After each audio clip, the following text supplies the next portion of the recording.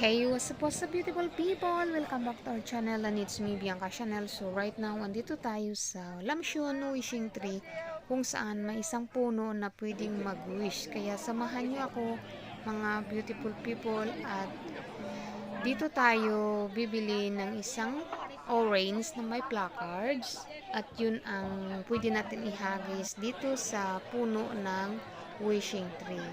Kaya samahan niyo ako mga beautiful people.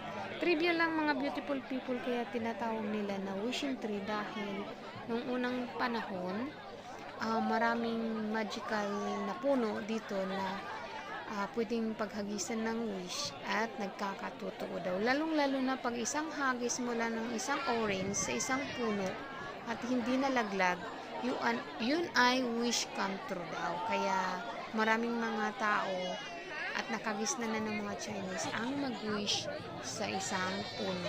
Kaya tinatawag nilang wishing tree. Itong puno na pinaghahagisan nila mga beautiful people, ito ay artificial na lang.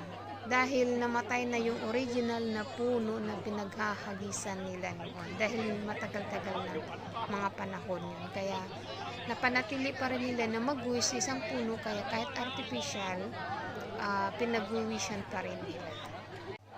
Nakakatawa manood mga beautiful people dahil maraming mga mag-partner, mag-jowa ang nag-wish talaga, naghahalikan talaga dyan sa puno na yan. Sa tapat talaga sa ilalim ng puno na yan, naghahalikan sila para hindi sila maghihiwalay. Sobrang laplapan kung laplapan talaga, hindi sila nahihiya. Talagang halik to the max talagang ginagawa ng mga mag-partner dito. Nakakaingit mga beautiful people manood dito kasi maraming mag-partner talaga. Super ang daming mag-partner na naghahalikan. Tapos nagpapa-video sila, nagpapa-picture habang naghahalikan sila.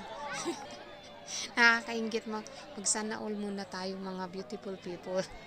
Kaya samahan niyo ako mga beautiful people at tayo'y manood ng naghahagis sa wishing tree.